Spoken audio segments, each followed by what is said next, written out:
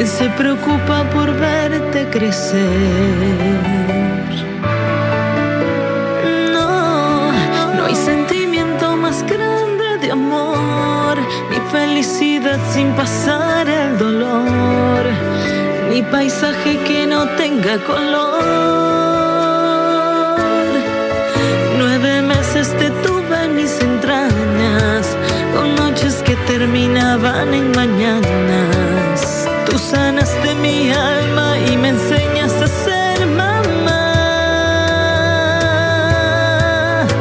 Mamá no es solamente un nombre, mamá no se estudia en la academia.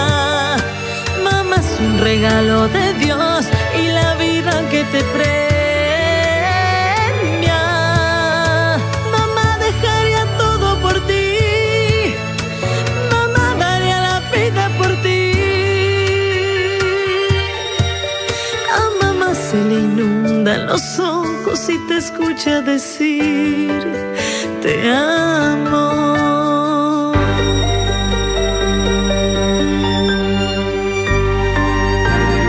No importa horario, no importa la edad, siempre podrás contar con mamá, porque esperándote siempre estará.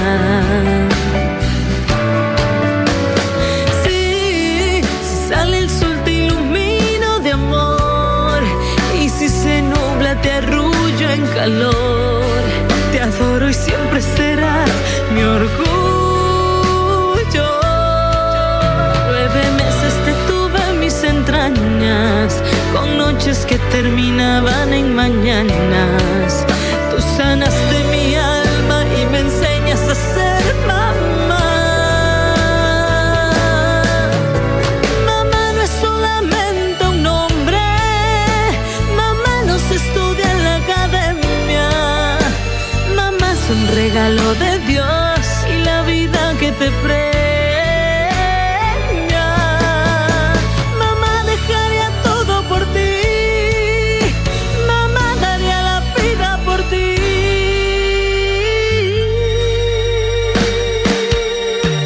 A mamá se le inundan los ojos y te escucha decir te amo.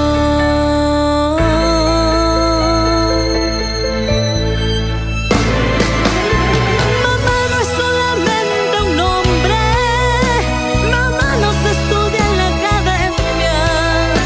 Mamá es un regalo de Dios y la vida que te premia. Mamá dejaría todo por ti, mamá daría la vida por ti. A mamá se le inundan los ojos y te escucha decir te amo.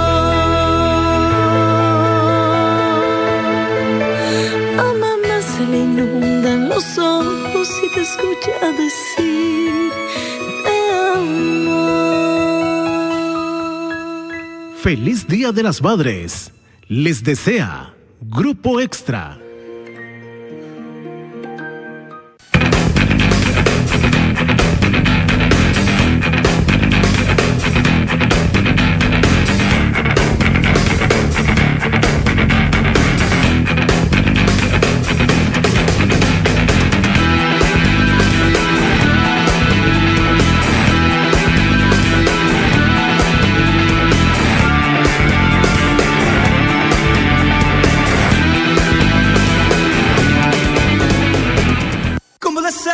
Tu amor. Ópticas Popular presenta Una noche de recuerdos para mamá. Desde Argentina, Alex Islas, la voz actual de Los Galos. Sábado 12 de agosto, Bar Restaurante El Quijongo. Domingo 13 de agosto, Hotel Ambassador. Patrocinan. ¿Qué esperas de Te mí? invita Diario Extra y Extra TV 42. Un evento de Rovisa Producciones. Amor, amor, te necesito.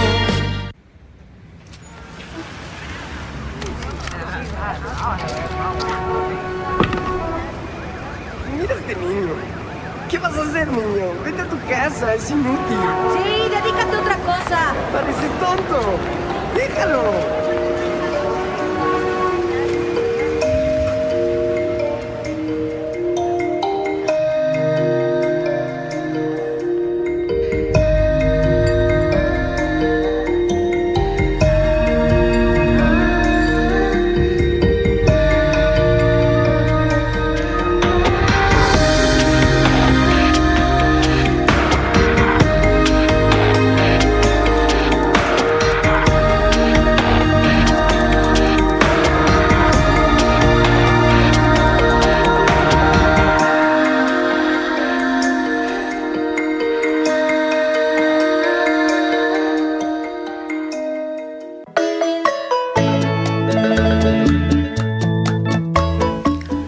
Juventud Dorada, sábados a las 11 de la mañana, con repetición los domingos a las 11 de la noche. Un programa dirigido a la familia, enfatizando en nuestros adultos mayores. Juventud Dorada, experiencia acumulada.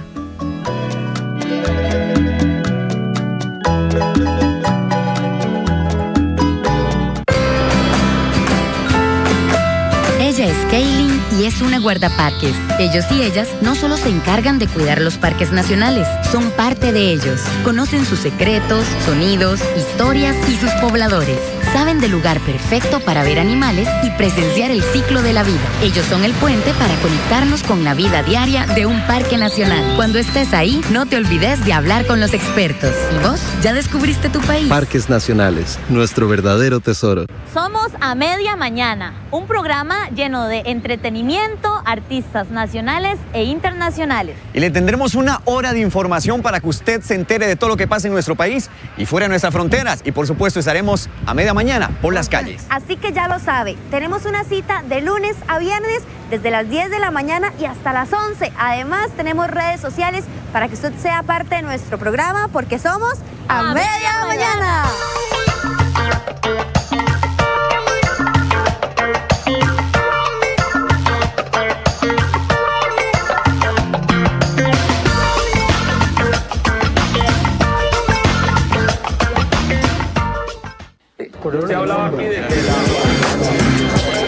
Desde este domingo 4 de junio a las 10 de la mañana, te invitamos a disfrutar de la televisión de una forma diferente. Tertulia, análisis, crítica directa y sin tapujos, invitados especiales, concursos y mucho más. Bitácora, con Fernando López Fallas, Caifás y Jeremy Alvarado Jiménez, aquí en Extra TV 42. Bitácora, haciendo televisión inteligente.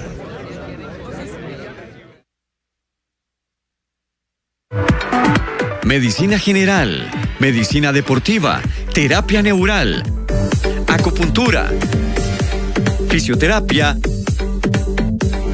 nutrición y ventosas. Usted tiene una cita con el Dr. Naranjo en su espacio Medicina Alternativa. Jueves, 2 de la tarde por Extra TV. Te falta talento. No eres atractiva. Muy fea. Muy chico. Muy gorda. Mira, tú sobras. ¿En verdad crees que puedes? De todas formas, nadie puede. Solo déjalo. Déjalo. Déjalo. Déjalo. Déjalo.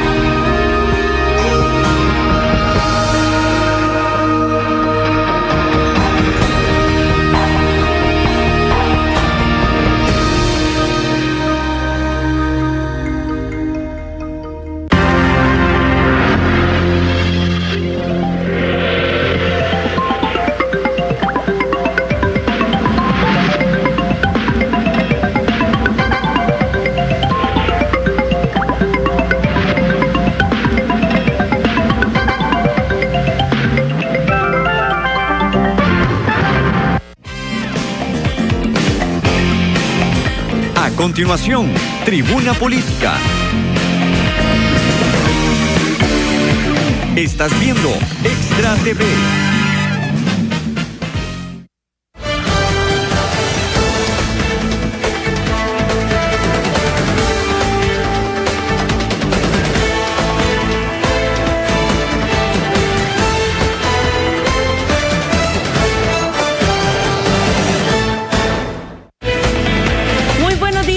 En Tribuna Política, gracias por acompañarnos hoy con la gentil compañía de nuestros compañeros de equipo, el señor Sergio Araya y Roxay Rosales, quien se incorpora con nosotros después de varios días de estar fuera del país. Así es que muy buenos días. Hoy nos acompaña, y como bien lo anunciamos, el señor Fernando Araya, quien es analista y comentarista de la página 15 de La Nación, un hombre que ha escrito muchos libros, que conoce y maneja de forma directa muchos de los temas y crea análisis de lo que sucede en el país. Pero hoy nosotros aquí en Tribuna Política lo que realmente queremos platicar es qué sucede, qué hay detrás porque en muchas ocasiones una cosa es lo que el político dice y otra cosa es lo que el ciudadano cree que dice el político. Vamos a hablar de los discursos de la política, vamos a hablar de cómo realmente podemos comprender y tratar de tener conciencia real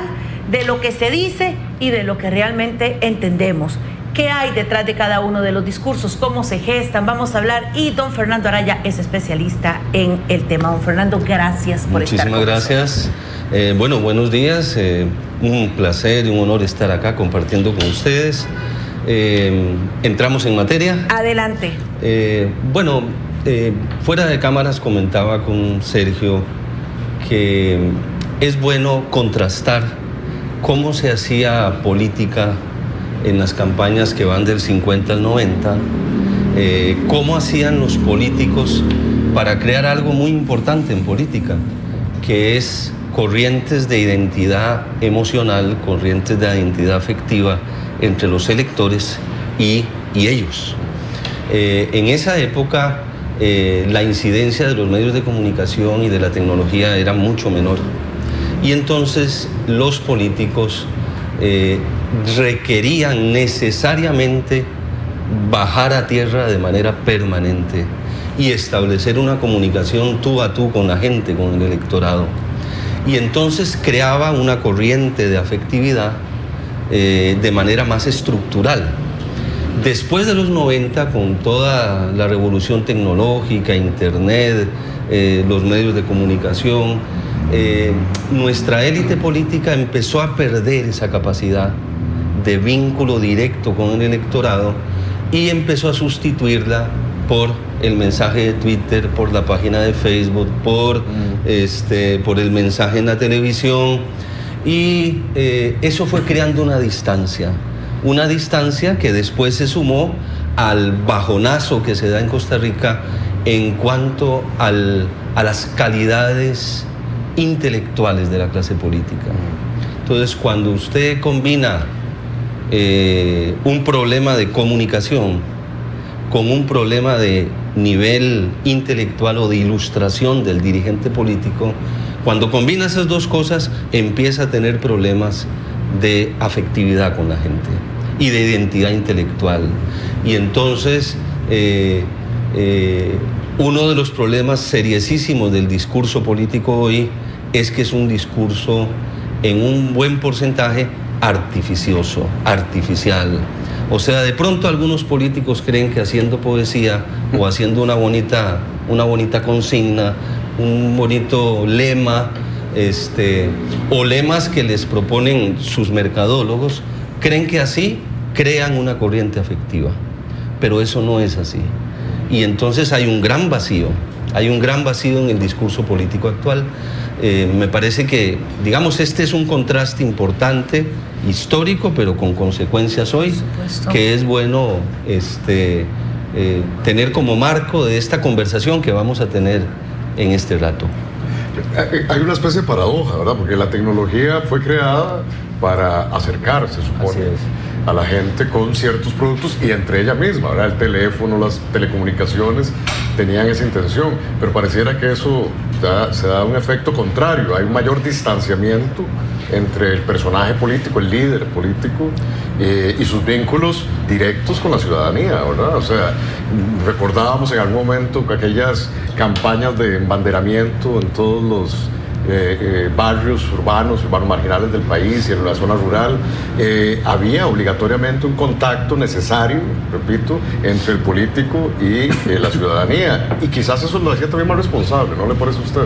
Sin ninguna duda, el acuerdo del político con el electorado era más obligado para el político. Pero además hay otro problema en la construcción del discurso. Usted no construye un discurso político adecuado, pertinente. Bueno, primero, usted no lo construye de manera desasosegada, precipitada, activista. Usted no lo puede construir así. Usted requiere pausa, requiere ritmo, requiere capacidad de visualizar el conjunto de procesos. o de situaciones que hay en un país, para que su discurso sea consistente. Porque cuando no hay eso, entonces lo que salen son ocurrencias. Claro. Una ocurrencia hoy, otra ocurrencia mañana, y después un viceministro, un ministro contradice al presidente, el presidente contradice a un diputado. O sea, hay una serie de situaciones de incoherencia que afecta la totalidad del discurso político. Y hay otra situación que afecta al discurso político y es la ausencia de una visión de país. En el líder político, en el dirigente político. Puede que la tenga, pero no la transmite.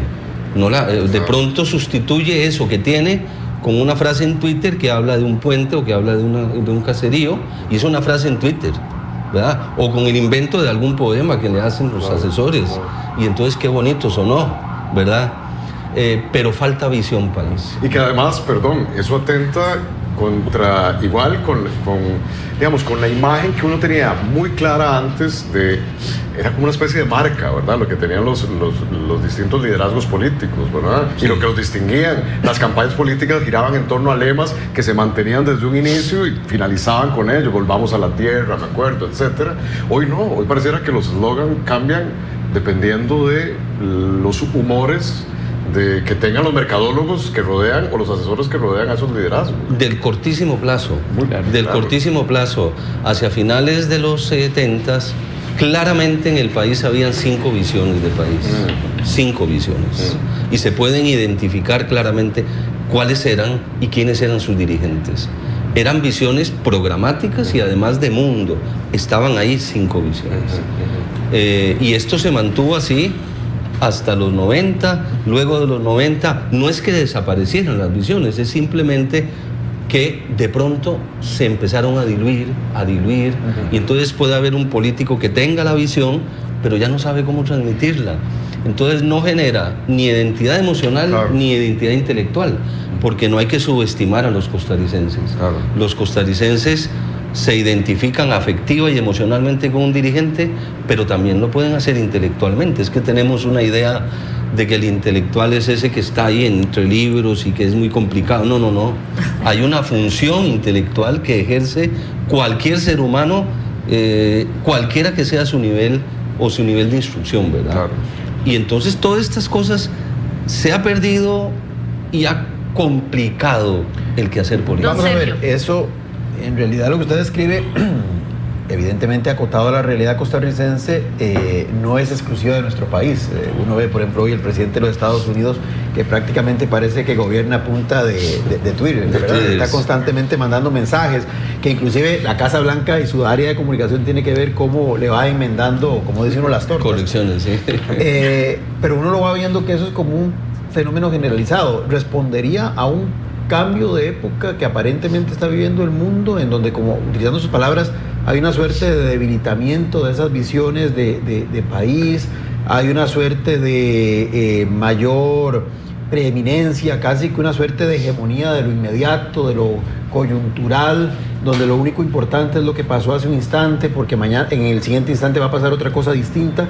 Eso está afectando ya de manera estructural, no solamente, digamos, atribuirlo al descenso en la clase, en el nivel intelectual de nuestra élite política, que también probablemente lo suscribo como usted lo plantea, pero es un problema bien mucho más hondo, porque tiene que ver, me parece a mí, con esa transformación que el mundo ha sufrido, en parte también atravesada por la llegada de estos instrumentos de comunicación que nos han sumido en una suerte, digamos, de trascendencia únicamente de lo intrascendente. Bueno, a ver, sí hay, creo yo, un cambio de época en este momento. Y curiosamente, el fenómeno del declive intelectual de las élites políticas ocurre también en un periodo donde se dio un cambio de época. Recordemos que del 76 al 90 hay en el mundo un cambio en la geopolítica, etcétera, etcétera. Y es después de ese cambio de época que ocurre el declive intelectual de la élite política, pero no solo de la élite política, es un declive general de las élites o de los grupos dirigentes en distintos campos, en todos los órdenes. Sí. Y ocurre el fenómeno de la revolución tecnológica, de la comunicación tecnológica y del poder mediático, del crecimiento del poder mediático. Hay un proceso de 40 años en este marco y hoy, de pronto, hay otro cambio de época en la geopolítica global, que creo yo que sí está influyendo en este fenómeno que también nos afecta a nosotros, ¿verdad? Lo que yo digo es que siendo Costa Rica un país pequeño en términos de población, etcétera, y teniendo Costa Rica todos los insumos para sortear esos efectos negativos de los que estamos hablando, no lo hace. Y no lo hace por falta de visión del liderazgo político. Por eso no lo hace, porque todo lo tiene. Para lograr tener visión de mundo y transmitirla, para lograr crear afectividad con el electorado estructural, no de momento, no como si fuera un Alka-Seltzer, sino estructural, todo lo tiene, pero falta visión del liderazgo político y hay un desgaste de las estructuras de partido.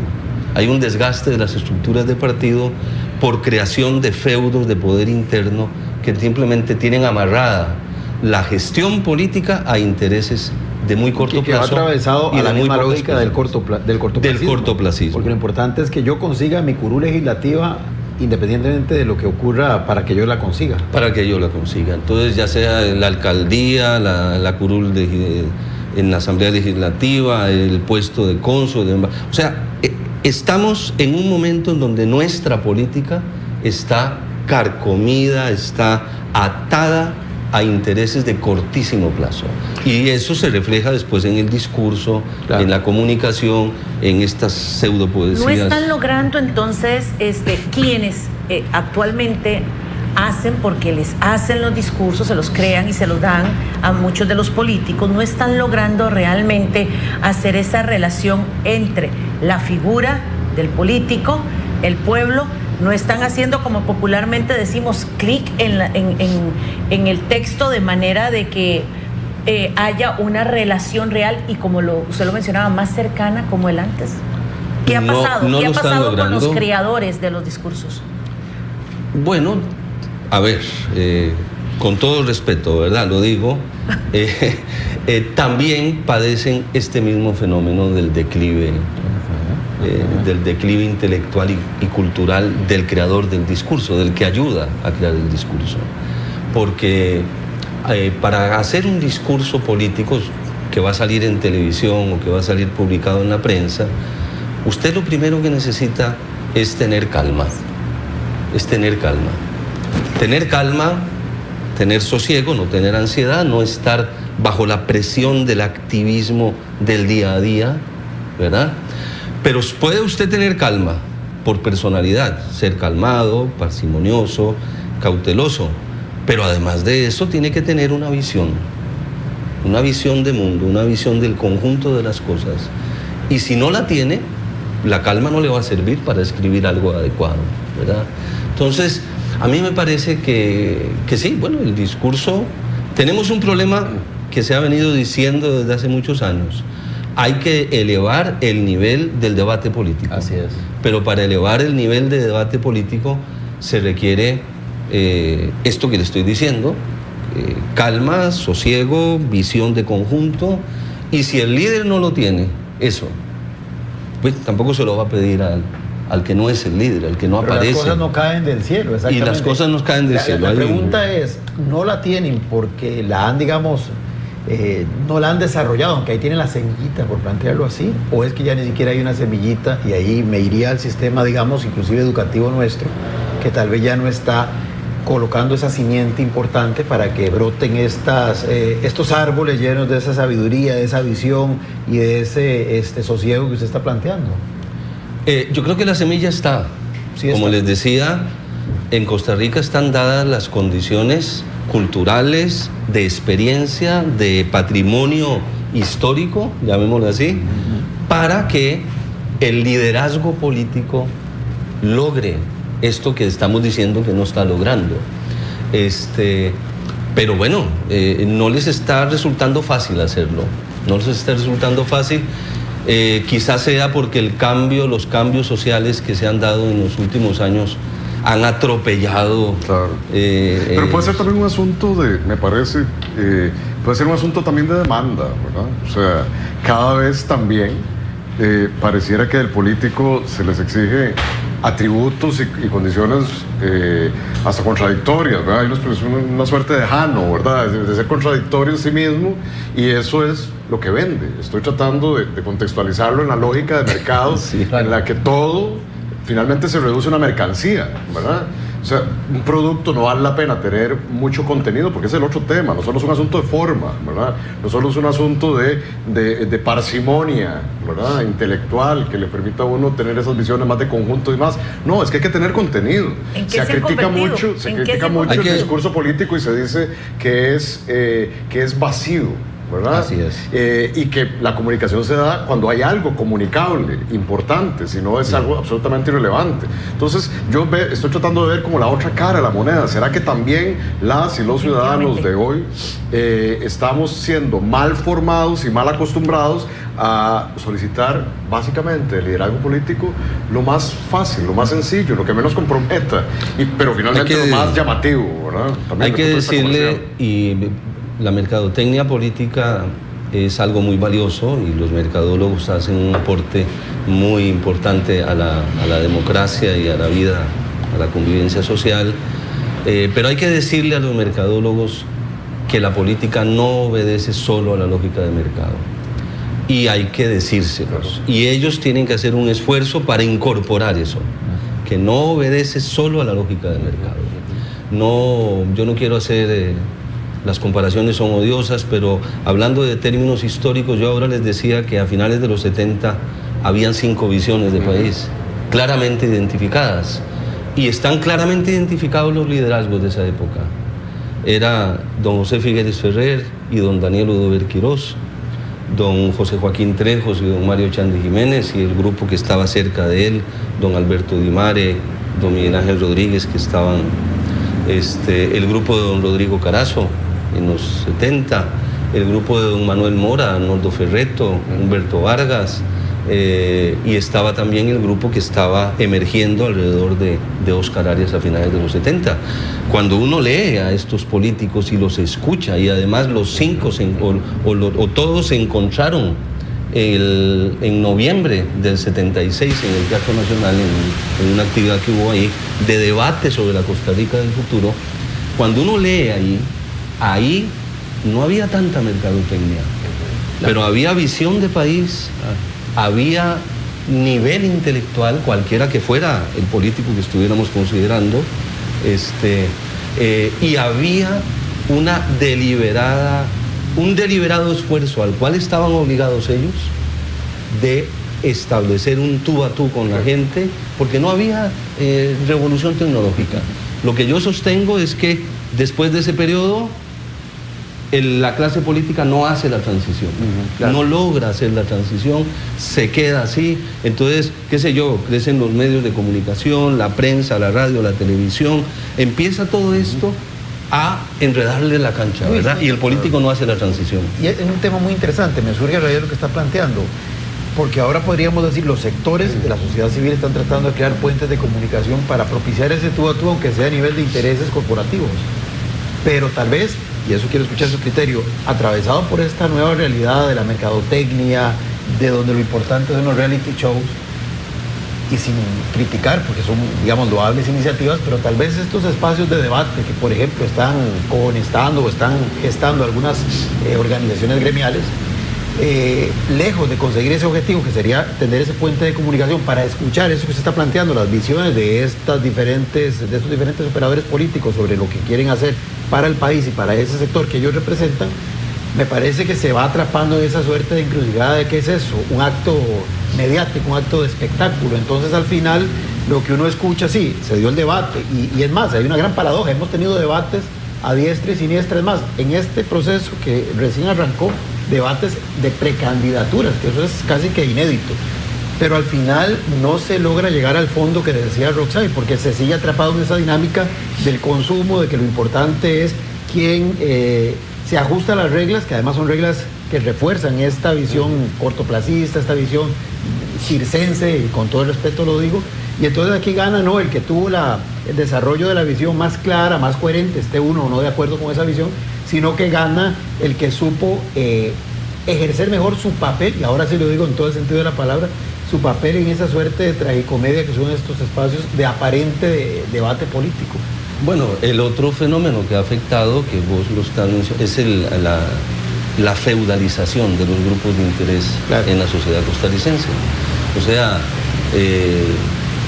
esto es un proceso lógico, normal, o sea, con el paso de los años en las instituciones, en los grupos, en los movimientos sociales, en los partidos políticos, se crean feudos internos. Cuando son estos feudos internos los que crean espacios de debate, ya esos espacios de debate vienen distorsionados por los intereses de sector. Y entonces Costa Rica, la sociedad costarricense actual, está feudalizada.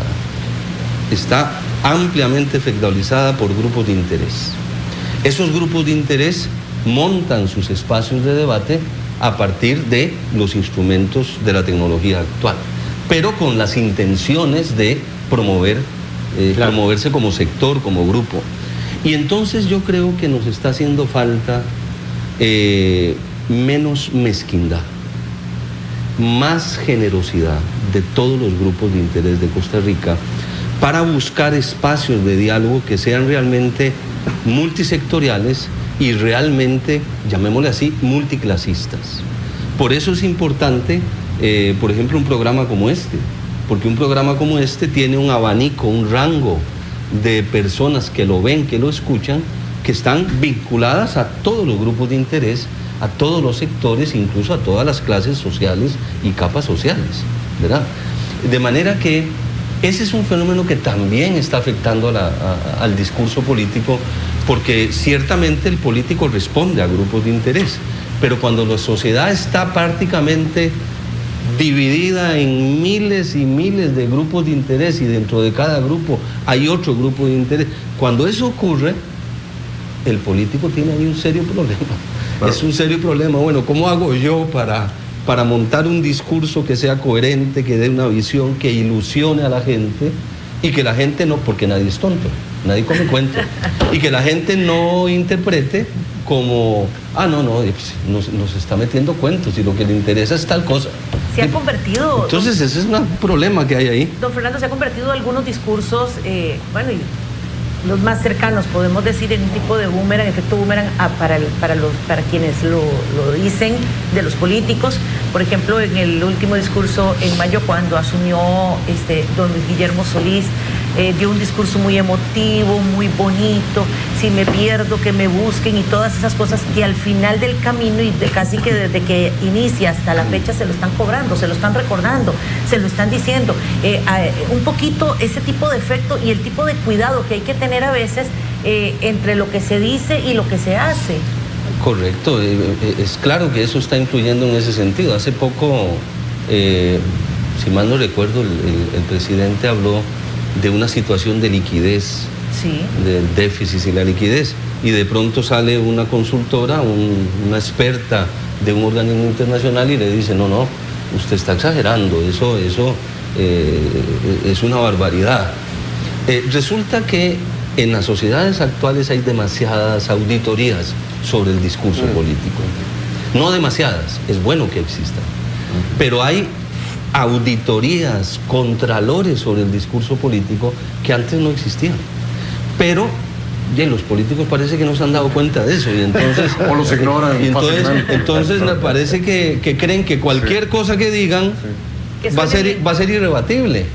Pero de pronto al siguiente día le sale un experto, le sale un técnico, o le sale un amigo de su propio grupo y le dice, no, así no es, y lo dice por la prensa. No, Fernando, entonces, eso hay que tener cuidado. En el caso típico actual del presidente y el viceministro de Hacienda. Pero eso debería tener más bien mayores estímulos para que el debate, la narrativa política que elaboran estos líderes fuese muchísimo más, por lo menos, cuidadosa, ¿verdad? No solamente tenemos de su forma, sino fundamentalmente lo que nos interesa, de sus contenidos, ¿verdad? Y no es así. Rápidamente notamos cómo mutan, ¿verdad?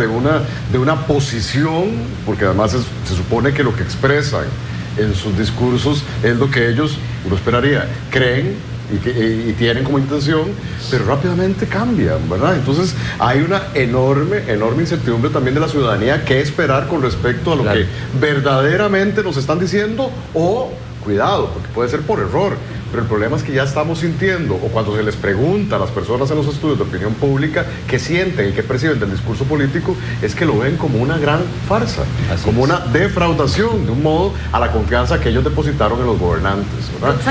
Rotzai, ¿será porque quien lo expresa no lo escribe? Porque la mayoría de los discursos no los escriben ellos. Yo también, aquí, cuando ustedes estaban haciendo una retrospectiva, y si me permiten expresar la inquietud, que en este momento no tengo muy elaborada, pero me está surgiendo por lo que ustedes intervienen, también corremos el peligro, no sé si a ustedes les parece, de añorar que todo tiempo pasado fue mejor, ¿verdad?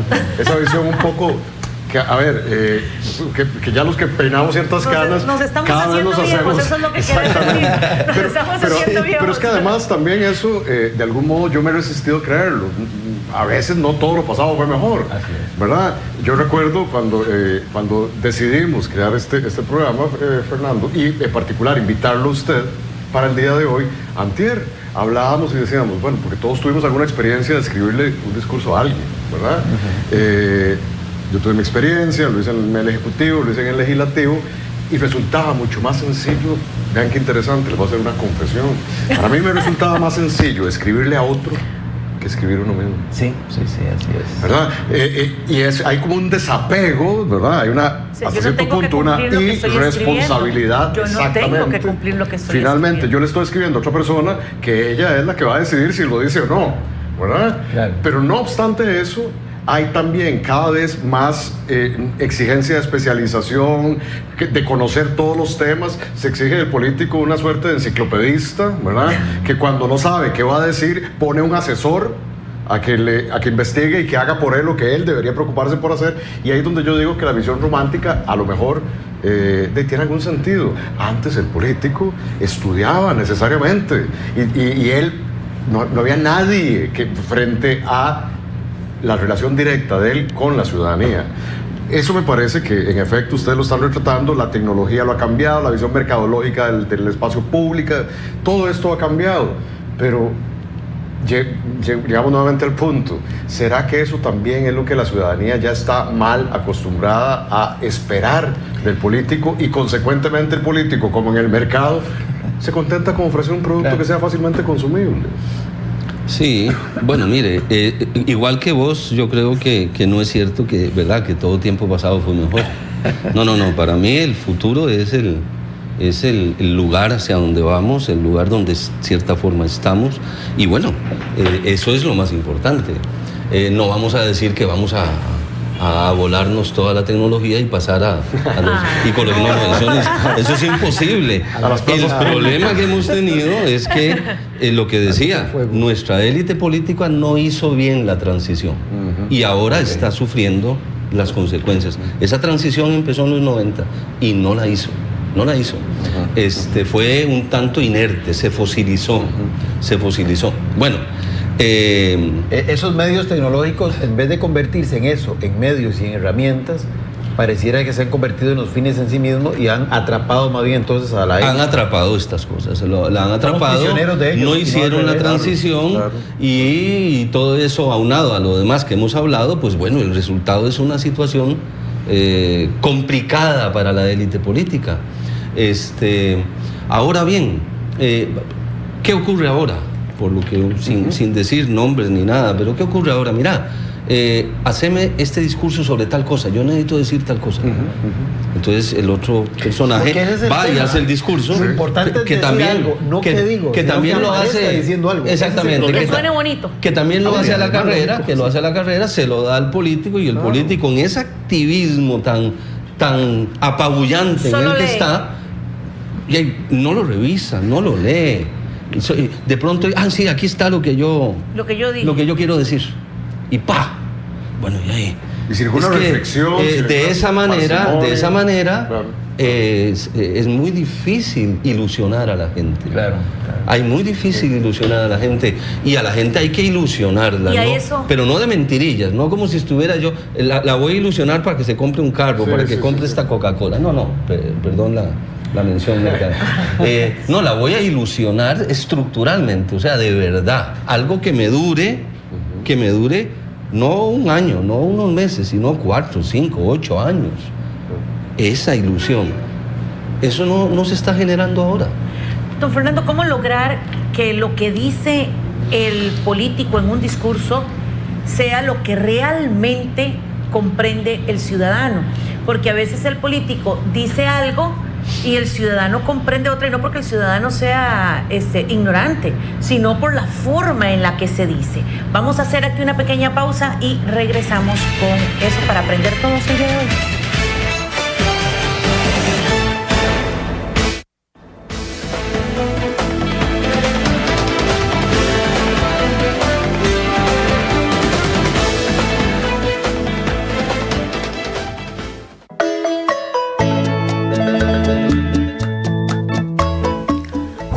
Dorada, sábados a las 11 de la mañana, con repetición los domingos a las 11 de la noche.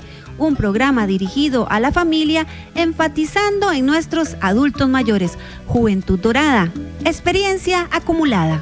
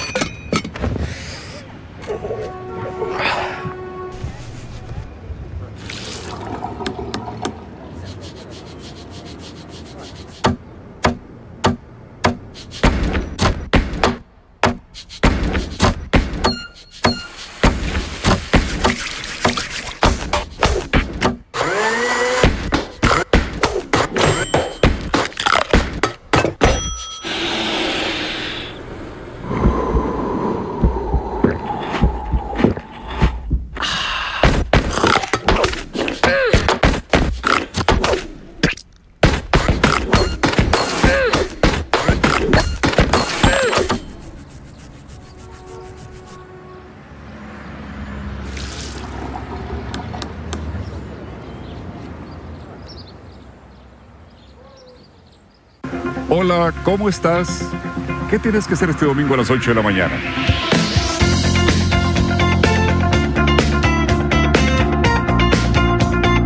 Pues quédate con nosotros en tu programa Domingos en Familia con toda la gente.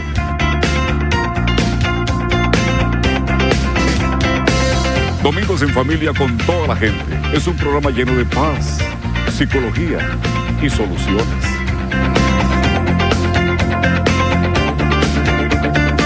Este y todos los domingos a las 8 de la mañana. Domingos en Familia con toda la gente. Una televisión sana. Y solo aquí en Extra TV.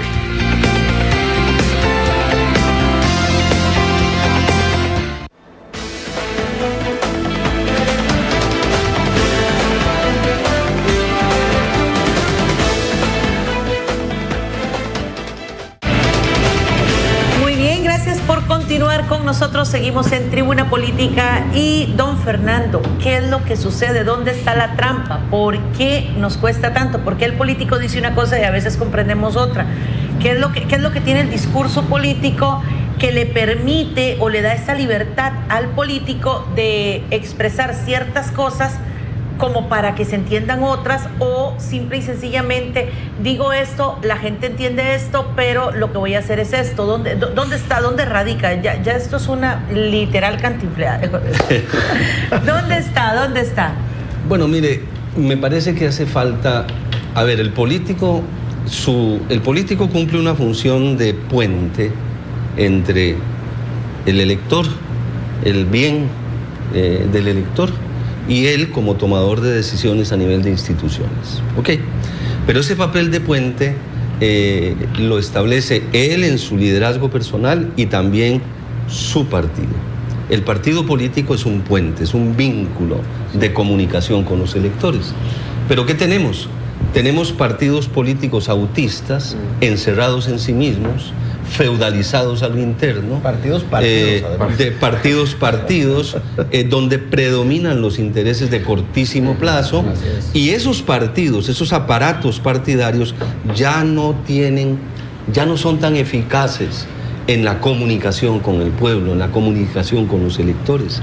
Ya no lo son así. Y además los electores ahora son más exigentes, ya no comen cuento. Y entonces, si el político quiere sustituir eso con un discurso donde meta muchos datos, meta mucha información, porque ahora hay mucha información, de informes, etcétera, pues eso, usted le habla de porcentajes a la gente y bueno, eso puede ser que no represente nada. El político no puede sustituir con datos, con información, que por supuesto tiene que tenerla. No puede sustituir con datos, información, con tecnicismos o con pseudopoesía y demagogia. No puede sustituir el conocimiento de la experiencia de la gente. Acercarse a la gente por lo que la gente está viviendo en su experiencia cotidiana. ¿Cómo lograr eso? ¿Cómo lograrlo en esta época, con toda esta revolución tecnológica? Ese es el desafío del político. No le estamos diciendo regrese a los 70, le estamos diciendo vaya al futuro, pero resuelva esto. Porque sigue siendo cierto que la gente vive una cotidianidad. Y esa cotidianidad es con la que hay que comunicar. Y vos no comunicas con eso cotidiano a través de cifras, a través de estadísticas, a través de elaboraciones muy retóricas y muy, como le llamo yo, pseudopoesía, porque no hacen poesía, porque no son poetas. Entonces, con pseudopoesía, con eso no sustituyen el desconocimiento de la experiencia directa. No lo sustituyen. Y como no lo... Y no han resuelto ese problema. Y ese es el problema. Yo sostengo que en la historia de Costa Rica, los políticos que han logrado grandes victorias electorales lo han hecho porque han resuelto en sus condiciones ese problema. O lo han hecho porque las condiciones políticas del momento les permitió hacer eso. Pero en todo caso han sido buenos intérpretes de su época. Han sido intérpretes de su época. Y eso demuestra muchos tipos también de inteligencia, ¿verdad? O sea, no solo una preparación intelectual, académica o altos niveles de escolaridad, sino también, dirían ahora en la psicología moderna, una gran inteligencia emocional también, para darse cuenta de cuáles son los signos de los tiempos y cuáles aquellos vínculos que la ciudadanía estima como los más importantes para vincularse a los espacios públicos, ¿verdad? Hoy pareciera que somos realmente muy distantes. Ayer me llamaba un periodista, por cierto, de Diario Extra, les cuento esta anécdota, y me decían, resulta que hoy X candidato del partido X está sacando un eslogan que es exactamente el mismo al que utilizó Podemos y su candidato Pablo Iglesias en el año 2015 en España. Es idéntico, el eslogan de campaña del señor Antonio Álvarez de Santi es exactamente igual al de Podemos en el 2015. Ya lo dijiste. Para ponerlo. Vamos a ser congruentes con lo que estamos diciendo. Claro, ¿cuál es el lema? Ya lo dijiste. Sergio, ¿vos te acordás cuál es? Aquí está, pues ya lo el pasaron. Momento es ahora. Ahora es el momento. El momento es ahora. El momento es ahora, ¿verdad? Y entonces habíamos dicho en este programa que parecía que el signo de los tiempos 2 semanas anterior, que iban a empezar los políticos a probar marcas, ¿se acuerdan? Lo decíamos. Sí. ¿Verdad? Que a partir de ahora los políticos iban a empezar a probar el eslogan, a ver cuál les servía. Pero lo impresionante de esto, Fernando, es que ahora también la tecnología te permite identificar el plagio y el fraude en tiempo real. En tiempo real. Antes había que esperar a que viniera algún español y nos contara 4 años después que era el mismo lema que habían utilizado en su país 4 años antes. Hoy no, hoy tenemos hasta, yo no sé si llamarlo así, me perdonan si soy un poco grosero, la desfachatez de plagiar sin ningún problema y presentar lo viejo como si fuera lo nuevo. Bueno, Regis Debré nos decía eso, ¿verdad? La política es el arte de presentar lo viejo como si nunca hubiera existido y comprar nosotros a su vez como si fuera así. Bueno, hoy nos damos cuenta de eso, ¿verdad? Hasta tenemos la posibilidad desde nuestro celular de comprobar si uno como profesor, o en este caso el político, está simplemente cometiendo un fraude descarado frente a la ciudadanía. Bueno, hay que preguntarle a este político o a cualquier otro con un lema X, bueno, que el momento es ahora, ¿para qué? O sea, que nos diga para qué, que nos explique para qué, porque el momento es ahora suena como muy bonito, ¿verdad? El momento es ahora. Bueno, eso puede ser para cualquier cosa. Eso puede ser para cualquier cosa, en cualquier circunstancia. Entonces, a don Antonio hay que decirle, el momento es ahora, ¿para qué? Dígame para qué. El momento es ahora para un ciudadano, para una cosa, para otro, para otra, y para él es otra cosa. Entonces, de ahí ese tipo de frases nos pareciera que esa vaguedad más bien es conveniente, ¿verdad? Nos permite hacer cualquier cosa. No te compromete a nada, pero lo notamos en todo, para ser más o menos equilibrado y justo. También escuché hace poco al señor Pisa diciendo, el lema pareciera ser hoy, hay que creérsela. Igual, es vago, ¿verdad? Hay que creerse qué. Póngale la firma. Dígame que, exactamente. Primero dígame en qué tengo que creer. Póngale la firma. ¿A qué? Yo no le pongo la firma a nada. O sea, hay que tener lemas, hay que tener lemas. Exactamente. No, hay que tener lemas, pero hay que tener planteamiento programático, saber comunicarlo, visión de país, estructuras de partido. El lema resultante del proceso y no al revés. Pareciera que sí, el lema es lo primero y a ver qué pasa. El eslogan de campaña y la marca pareciera ser más importante de esas formas que el contenido. El contenido después veremos cómo lo buscamos, ¿verdad? Pero pareciera que el eslogan, el efecto, alguien dijo, ¿verdad? Usted lo mencionaba, nos recordaba que es como vender una gaseosa, ¿verdad? Los candidatos se presentan como eso y los políticos y pueden salir a decir cualquier cosa que tampoco pareciera que nosotros lo estamos cobrando. En la campaña anterior nos dieron cátedra con eso. Sí, claro. Eran eslogan todos los días. Ahora, decía Rosario algo muy cierto, tal vez es que el elector es el que no está siendo, se está, acomodando a eso y entonces el político lo que hace es justamente atender la demanda ciudadana. Pero aquí el riesgo, además de la pobreza en que ha caído el discurso, en que ha caído inclusive la lógica política, es que estos espacios sean aprovechados por otros enfoques con un signo más negativo, ¿verdad? Entonces que planteamientos más de tipo demagógico, populista, puedan hacer clic en una coyuntura determinada con ese electorado que dentro de esa vaguedad le parezca, y eso que usted dijo, genere ese vínculo afectivo, aunque sea circunstancial, con ese tipo de discurso. Y eso sí, me parece que esto da inclusive un elemento que adiciona y que genera un clima de tensión mayor de lo que puede ocurrir. Así es. Como decía al principio, nada sustituye la experiencia de la gente. El político además tiene la responsabilidad de educar, de manera que tampoco puede ser que el político esté solo reaccionando a lo que sus asesores mercadólogos y estadistas le dicen que la gente tiene en la cabeza, porque no hay nadie que pueda decir así con precisión y solo con estadística lo que la gente tiene en la cabeza. Entonces, el político tiene la responsabilidad de educar y en vez de eso, lo que estamos viendo es desde la política reforzar la desinformación y la poca formación política de la gente. Exactamente. Y entonces parece algo grave el hecho de que desde la política se esté dañando la democracia. Si la democracia es una forma de vida, ¿verdad?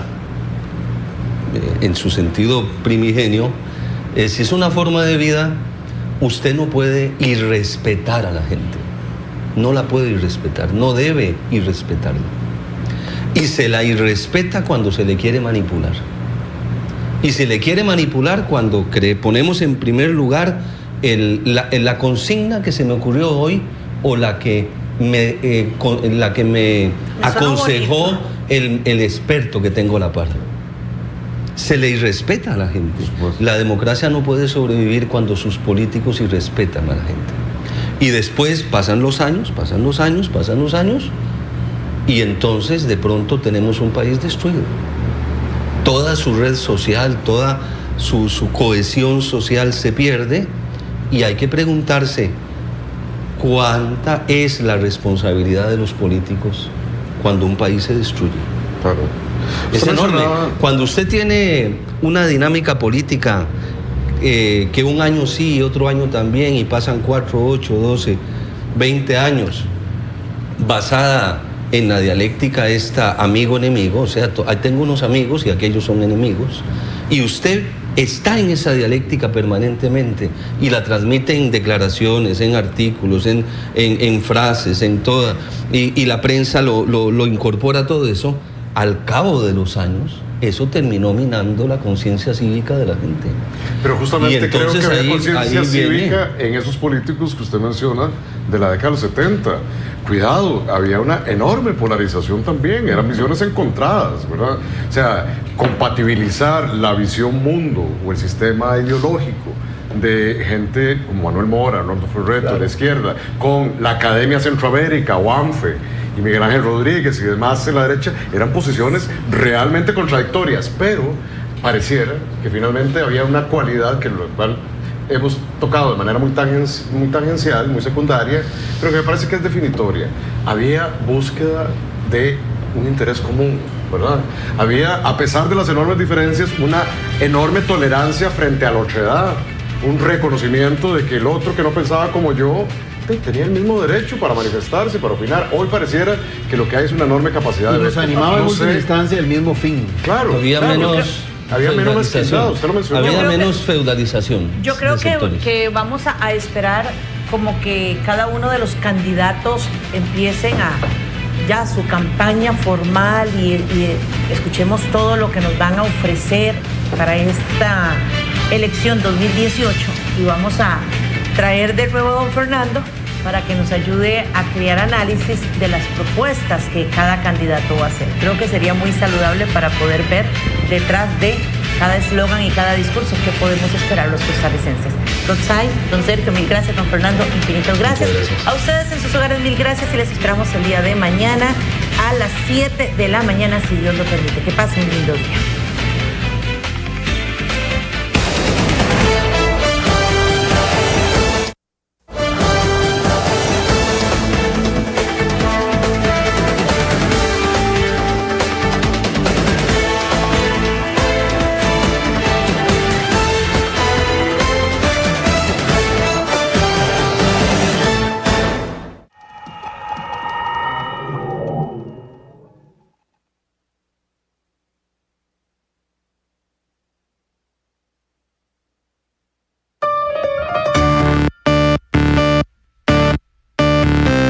Sin rodeos, un programa de opinión, actualidad nacional.